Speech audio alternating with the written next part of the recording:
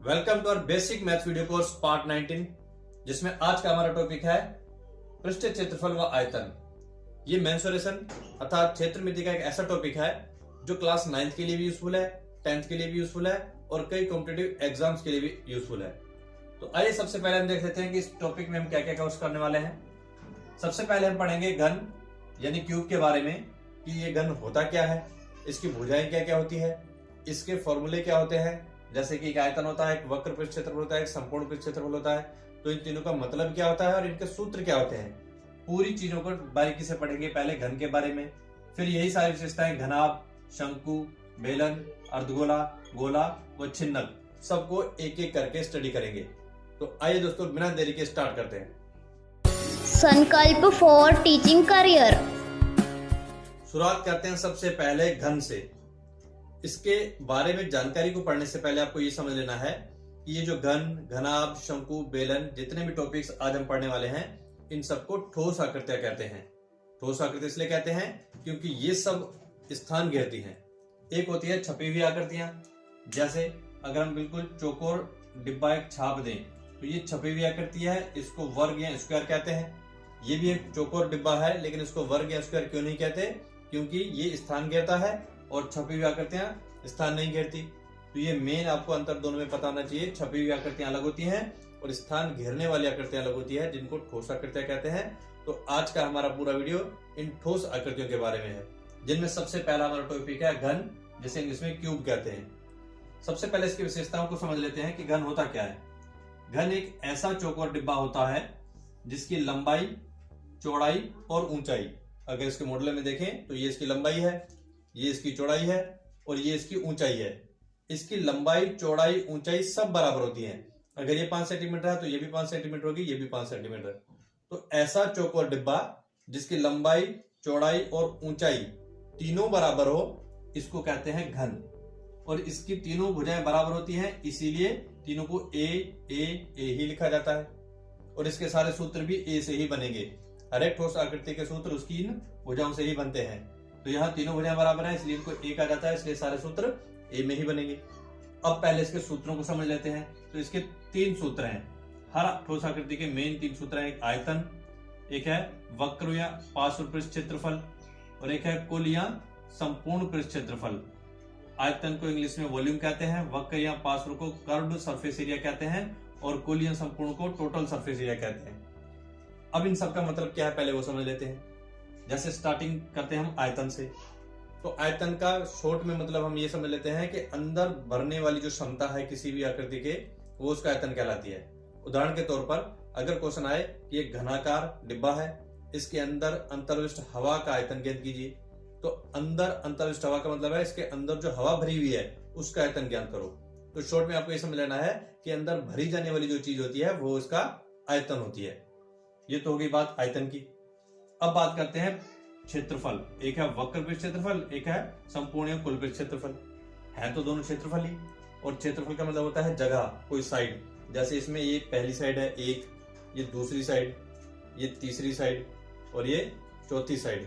4 साइडें तो इस तरह से हैं और 5वीं साइड ऊपर से है, 6ठी साइड नीचे से है।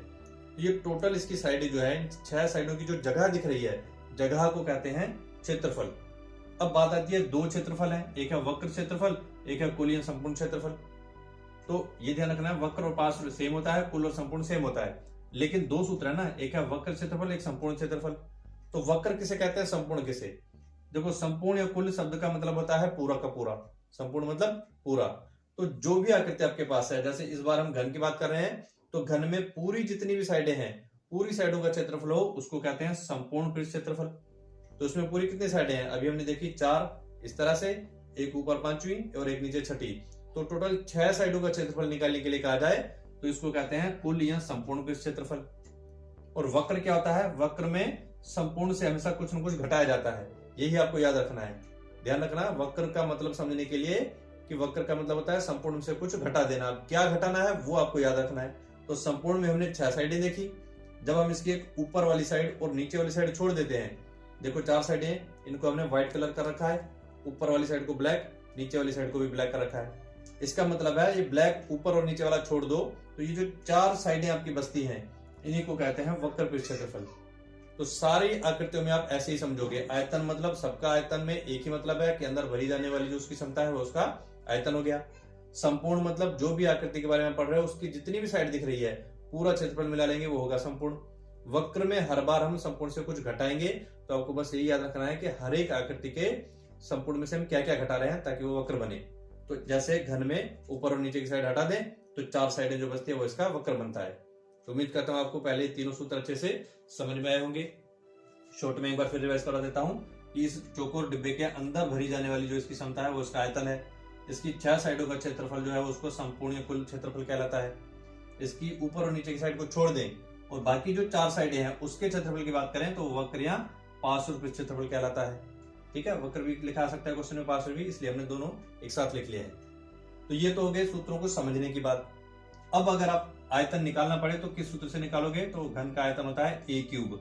मतलब आपको जो भी a दे रखा है, मान लेते हैं 5 सेंटीमीटर दे रखा है, तो आपको a की जगह कर देना है 5 का क्यूब, फिर इसको 5 गुणा 5 गुणा 5 3 बार करके गुणा कर लोगे, आंसर आ जाएगा। फिलहाल हम सबकी कैलकुलेशन नहीं करेंगे क्योंकि उससे वीडियो बहुत लंबा हो जाएगा। फिलहाल हम सब इनकी विशेषताओं और सूत्रों को समझेंगे, फिर जब इसके टॉपिक को कवर करेंगे, इस चैप्टर को करेंगे, वहां हम सबको सोल्व भी करेंगे। तो घन का आयतन होता है a क्यूब, घन का वक्र या पृष्ठ क्षेत्रफल होता है 4a स्क्वायर और घन का कुल या संपूर्ण पृष्ठ क्षेत्रफल का सूत्र होता है 6a स्क्वायर। मतलब बस इन सूत्रों को आपको याद कर लेना है, फिर तीनों में से जो भी आपको निकालने के लिए कहा जाए उसी का फॉर्मूला लगा करके कैलकुलेशन करके आंसर निकाल लेना है। तो ये सब पूरी जानकारी थी घन के बारे में। उम्मीद करता हूं आपको अच्छे से समझ में आई होगी। अब आगे बढ़ते हैं दूसरे टॉपिक घनाभ की तरफ। अब बात करते हैं दूसरे टॉपिक घनाभ की। घनाभ जो दिखने में इस तरह से होता है, ये भी एक चौकोर डिब्बा है, लेकिन इसमें और घन में अंतर क्या है? घन में हमने देखा था कि लंबाई, चौड़ाई और ऊंचाई सब बराबर होती है। इसमें लंबाई, चौड़ाई और ऊंचाई तीनों अलग अलग होती है। तो जिसमें तीनों बराबर हो वो घन और जिसमें लंबाई, चौड़ाई, ऊंचाई अलग हो वो घनाभ। बस मेन यही अंतर है, बाकी सब चीजें सेम है। आयतन मतलब इसके अंदर भरी जा सकने वाली इसकी क्षमता। वक्र क्षेत्रफल का मतलब होता है संपूर्ण में से कुछ घटाना। तो पहले संपूर्ण समझ लो। इसकी टोटल 6 साइडें हैं, 4 साइडों से, एक ऊपर एक नीचे। 6 साइडों का क्षेत्रफल इसका कुल या संपूर्ण कहलाएगा। घन की तरह इसमें भी ऊपर और नीचे वाली साइड छोड़ दें तो बाकी ये जो 4 साइडें हैं ये है इसका वक्र पृष्ठ क्षेत्रफल। तो वक्र, संपूर्ण और आयतन ये तीनों उसी की तरह हैं जैसे घन में थे।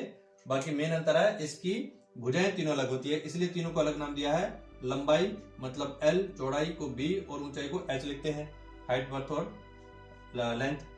अब इन तीनों से ही मतलब LBH इसकी 3 भुजाएं हैं, तो इन्हीं तीनों से इसके सारे सूत्र बनेंगे।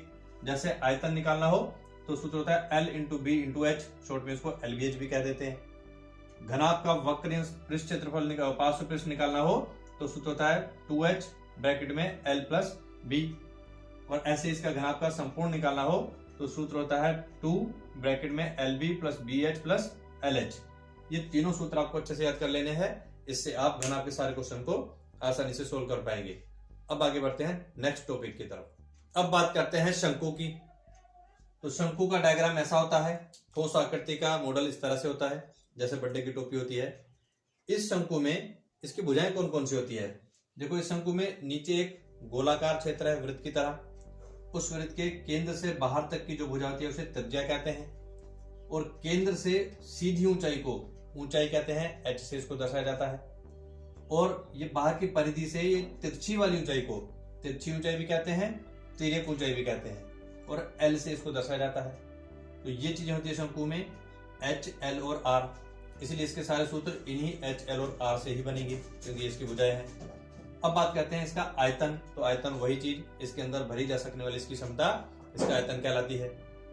वक्र के लिए पहले संपूर्ण समझना है। संपूर्ण का मतलब है पूरा का पूरा जो दिख रहा है। तो इसमें ऊपर से बर्थडे की टोपी दिख रही है और नीचे से एक गोल वृत्त दिख रहा है। जब ये वृत्त और टोपी दोनों को मिला के पूरा क्षेत्रफल निकालना पड़े तो उसको आप कहोगे कुल या संपूर्ण पृष्ठ क्षेत्रफल।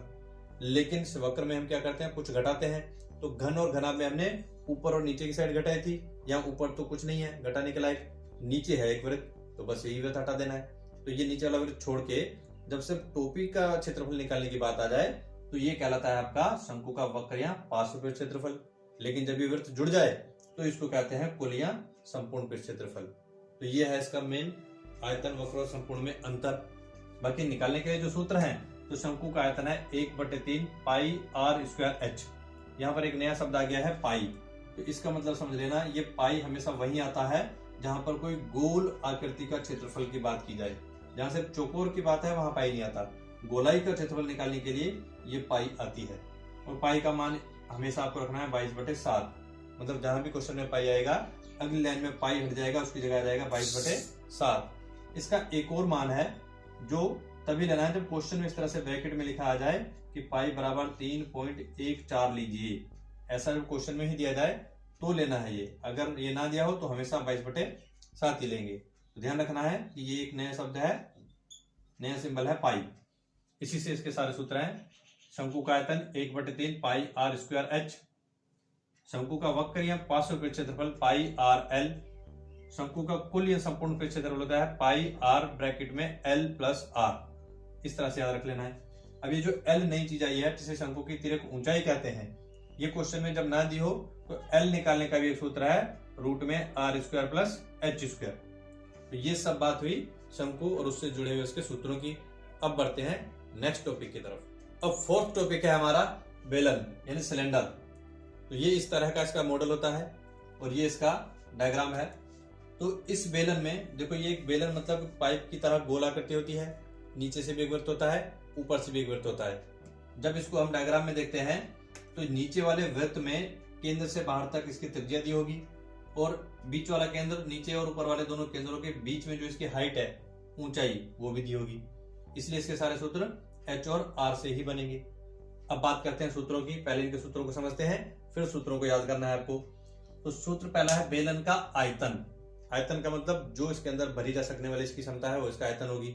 संपूर्ण मतलब ये पाइप और ऊपर और नीचे वाले दोनों वृत्त सब मिला लेंगे तो ये हो जाएगा संपूर्ण पृष्ठ क्षेत्रफल। वक्र के लिए याद रखना है आपको, हमेशा क्या करते हैं हम, संपूर्ण में से कुछ घटाते हैं। तो क्या घटाना है, इसके ऊपर वाले वृत्त को भी हटा देना है, नीचे वाले वृत्त को भी हटा देना है। तो ये जो सिर्फ गोल पाइप बचता है ये कहलाता है इसका वक्र या पार्श्व पृष्ठ क्षेत्रफल। और संपूर्ण तो अभी हमने समझ लिया कि पाइप प्लस दोनों वृत्त मिल जाए तो बनता है संपूर्ण। तो जब भी आप 1, 2, 3 आकृति पढ़ रहे हो, सबके वक्र को बार बार रिवाइज करना है। घन की बात हुई थी तो ऊपर और नीचे की साइड छोड़ दें तो वक्र, और दोनों साइडों को जोड़ दें तो संपूर्ण। घनाभ की बात हुई थी तो भी पूरी 6 साइडें हो तो संपूर्ण, ऊपर और नीचे की साइड छोड़ दो तो वक्र। इस बेलन में भी ऐसा ही है कि सब कुछ पाइप ऊपर नीचे सब मिला लें तो संपूर्ण, और ऊपर और नीचे की साइड छोड़ दें तो ये गोल पाइप इसका वक्र। शंकु में हमने देखा ऊपर तो बिल्कुल कोना होता है, नोक, वो छोड़ने के लायक कुछ है नहीं, तो नीचे वाला वृत्त छोड़ दो तो बचा हुआ उसका वक्र। बाकी सब मिला लेंगे टोपी शंकु की और नीचे वाला वृत्त तो वो संपूर्ण बनता है। तो ये तो होगी इनके सूत्रों को समझने की बात। अब इनके सूत्र होते क्या हैं? तो बेलन का आयतन होता है पाई आर स्क्वायर एच। बेलन का वक्र या पार्श्व पृष्ठ क्षेत्रफल होता है 2 पाई आर एच।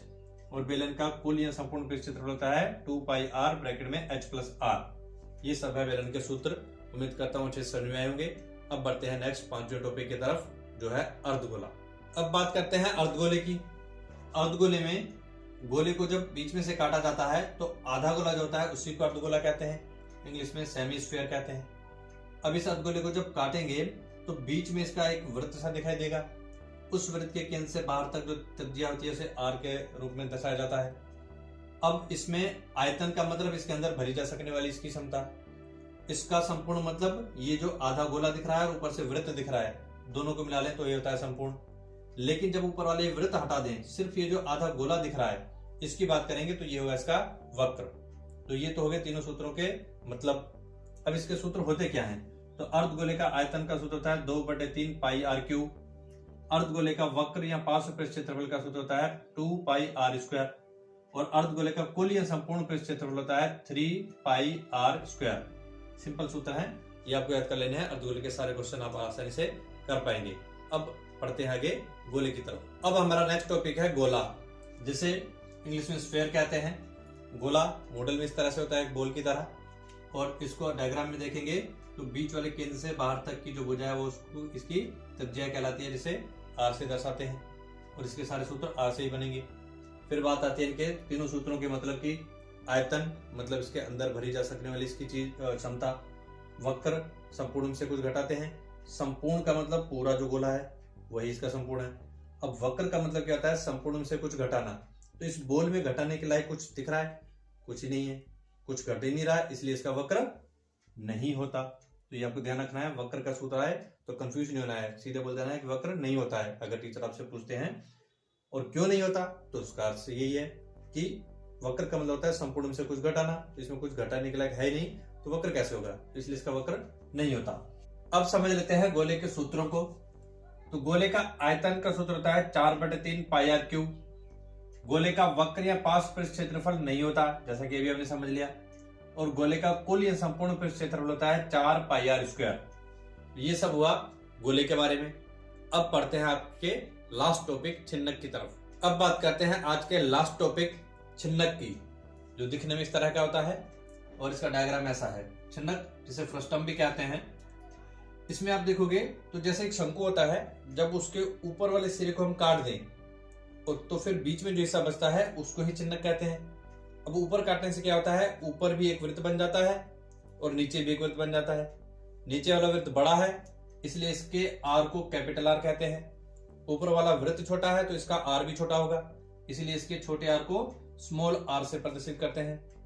बाकी शंकु की तरह इसमें बीच वाली ऊंचाई को एच यानी ऊंचाई कहते हैं और तिरछी वाली ऊंचाई को एल यानी तिर्यक ऊंचाई कहते हैं। इसको एल से हम निकालेंगे। फिर बात करते हैं इसके तीनों सूत्रों की। आयतन मतलब इसके अंदर भरी जा सकने वाली चीज। संपूर्ण मतलब ये जो टोपी का एक हिस्सा, ऊपर वाला वृत्त और नीचे वाला वृत्त, तीनों चीजें मिला के पूरा का पूरा जो दिख रहा है हमें, ये इसका संपूर्ण कहलाता है।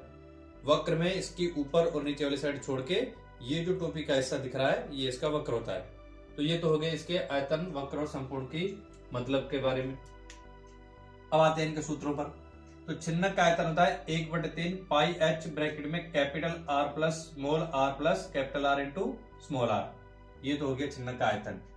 छिन्नक का वक्र या पार्श्व पृष्ठ क्षेत्रफल का सूत्र होता है पाई एल ब्रैकेट में capital R plus small R. अब बात करते हैं इसके कुल या संपूर्ण पृष्ठ क्षेत्रफल की। तो जो हिस्सा वक्र में था वही सेम हिस्सा इसके संपूर्ण में भी है। पाई एल ब्रैकेट में capital R plus small R. Extra आ जाता है इसमें प्लस पाई ब्रैकेट में कैपिटल आर का स्क्वायर प्लस स्मॉल आर का स्क्वायर, ये दो चीजें। उसके बाद छिन्नक का एल निकाला हो तो अंडर रूट में एच स्क्वायर प्लस ब्रैकेट में capital R minus small R का होल स्क्वायर। ये है इसके सारे सूत्र। तो आज हमने पूरे वीडियो में घन, घनाभ, शंकु, बेलन, गोला, अर्धगोला और छिन्नक, इन सभी ठोस आकृतियों के सारे सूत्रों के मतलब को भी समझा, इनके सूत्रों को भी पढ़ा। और अगर आप इन सारे सूत्रों को मतलब के साथ समझ लेते हैं तो ठोस आकृतियों के इस चैप्टर से कहीं भी किसी भी एग्जाम में कोई क्वेश्चन आए आप कभी नहीं अटकोगे। उम्मीद करता हूं पूरा वीडियो आपको अच्छे से समझ में आया होगा। अगर वीडियो आपके लिए यूजफुल रहा हो तो वीडियो को लाइक, शेयर और सब्सक्राइब करें। Thank you.